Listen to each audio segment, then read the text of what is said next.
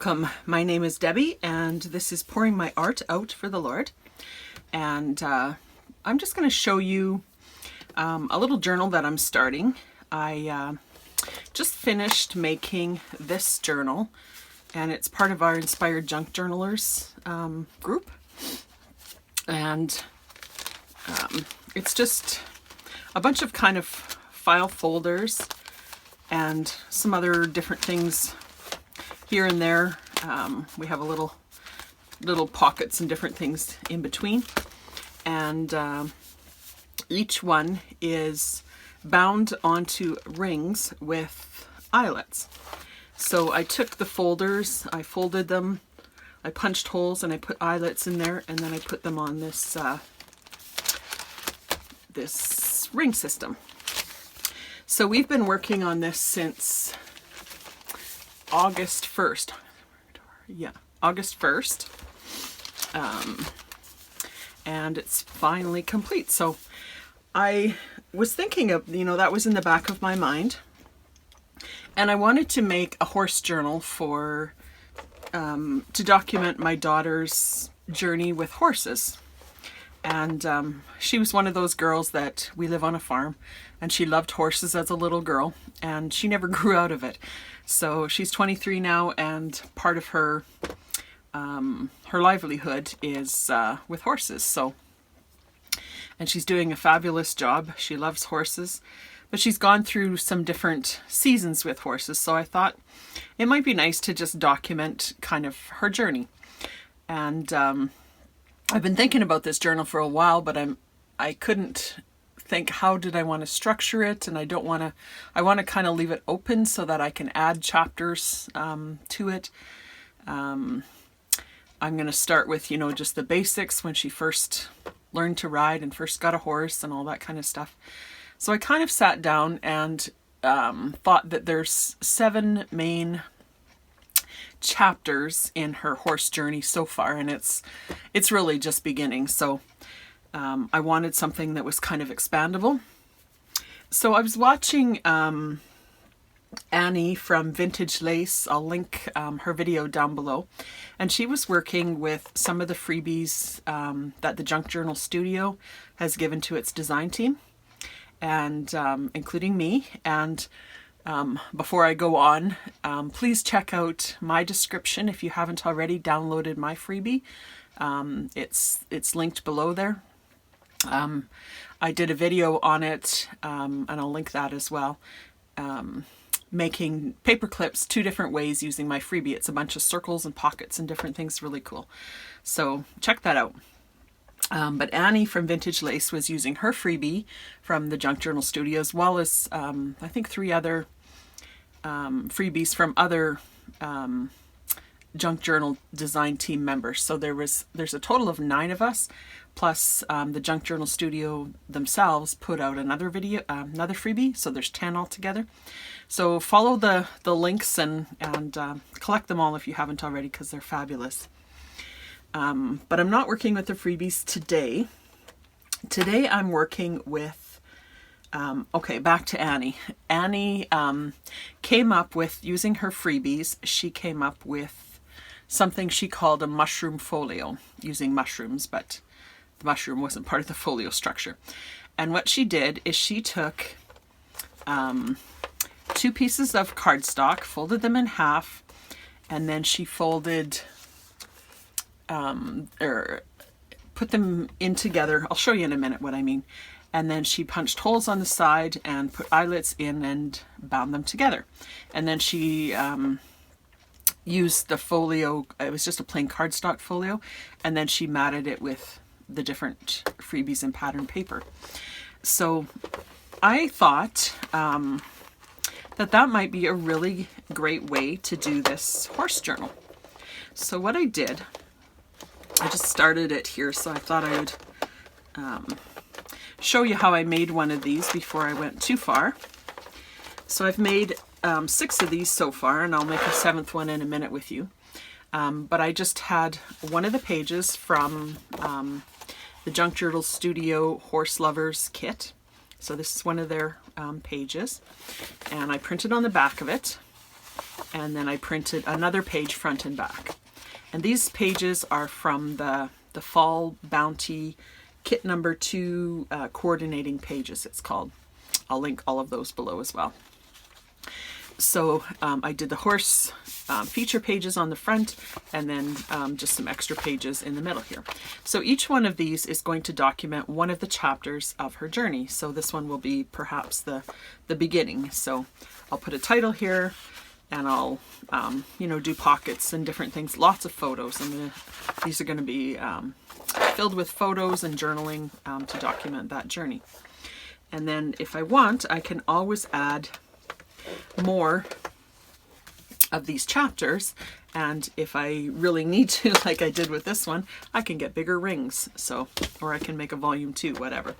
So super simple to put this the base together, and then I don't have to find all the pictures from all the years all together. I can just work on it whenever I want to, just pick a chapter out and work on that until it's done, and it can be kind of a work in progress that way. So I thought I would just show you how I constructed this folio, and it's basically the same as how Annie did it on Vintage Lace. Just a couple little differences in that I didn't print on cardstock. I printed directly, well, it is lightweight cardstock, but I printed the digitals directly onto the cardstock. I don't really like matting. I did lots of that when I was doing scrapbooking, and I would prefer not to do it. I don't mind it, you know, a little bit, but the process, I like the looks of it, but the process, I get a little tired of it after a while. So I thought I would just do it this way. And then basically, I think it's pretty much the same as what she did, except I'm putting mine in rings. She just made one and tied it with lace. You can go check out her channel. So it's very, very similar. So what I do is I take my feature page, printed on both sides. Again, this is the Fall Bounty, and this is the Horse Lover's Journal from the Junk Journal Studio. And I score it in half. So this is letter 8.5 by 11, so half is 5.5. So I score it at 5.5, and then 1/2 inch on each side. So I score it at 5 and 6. So I have a score at 5, 5.5, and 6. And then I fold this on the middle score line. Just like that. And you can fold it at this point on the other lines, or you can wait until it's done. Either way, you need the score lines there. And then I have another page, and this is just a couple of pages from the Fall Bounty kit. And I'm going to do the same thing with that. So I'm going to score it at 5, 5.5, and 6. And fold that in half. Or fold it on the middle score line, which is 5.5. That, and then I'm going to just put one inside the other. So I'll have, this is my feature page, and this is my extra page. So I'll put them together like that, and I made myself a template for where to punch my holes so they can all be the same on all of my chapters. So I'm just going to line up my template here. This is the top, and I punched 3 holes. I punched one completely in the center, one an inch from the top, and one an inch from the bottom. So I'm just going to, can't even see where my score is here. That lines up right there. And then I'll just make sure it's all in there nice and tight. Together, and then I'm just going to punch on each of those holes. I've already set my crocodile to exactly half in the middle, or where I want it, so that all of my punches, all of my holes are going to be exactly the same depth, because that's important to do too. If you're wanting to bind these all together, they have to be all in the same spot. If you're just doing one, it doesn't matter. Okay, so you do that. And then I have eyelets. And these eyelets I just got inexpensively from, I think it was AliExpress. I really like the We Are Memory Keepers eyelets, but they are so pricey. and I save them for special occasions. So for something like this where I've used 21 of them so far in this project, so I will see if I can link these exact ones and put that in the description as well if you're looking for them, because you can get 100 for, I don't know, $2 or something like that. So then I just set all my eyelets with my crocodile, and I use the large hole punch on my crocodile, and then it's completely bound. And then you can open it up and just fold on those fold lines.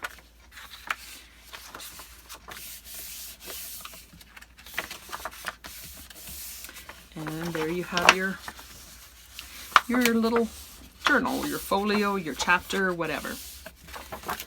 And then I'm not going to fill these up with tons of stuff. You know, they're not going to be super chunky because I want them to stay relatively thin. And I mean, this will hold these papers very well, but if you really loaded it up, I think it might compromise the binding. And I thought about putting an extra page, so 3 pages total together, but I think 2 will work better with these eyelets. So there's another chapter. So then I'll just add that to my ring system.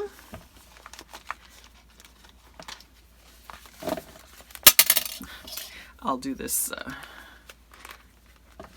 all later, but I'll just put in one here to show you. Because of course, when you're trying to do it quickly for filming, and then it doesn't, I mean, it's very easy to put in, but okay. So then you just stick in your rings and you've got your binding. I gotta put that one in from the back.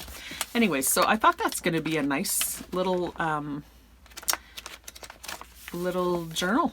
I may do a cover, on top of, I can just do like a plain cover on top of that. I think I'll show different things that I'm working on in this journal. Like I said, I'm not going to do super crazy stuff, but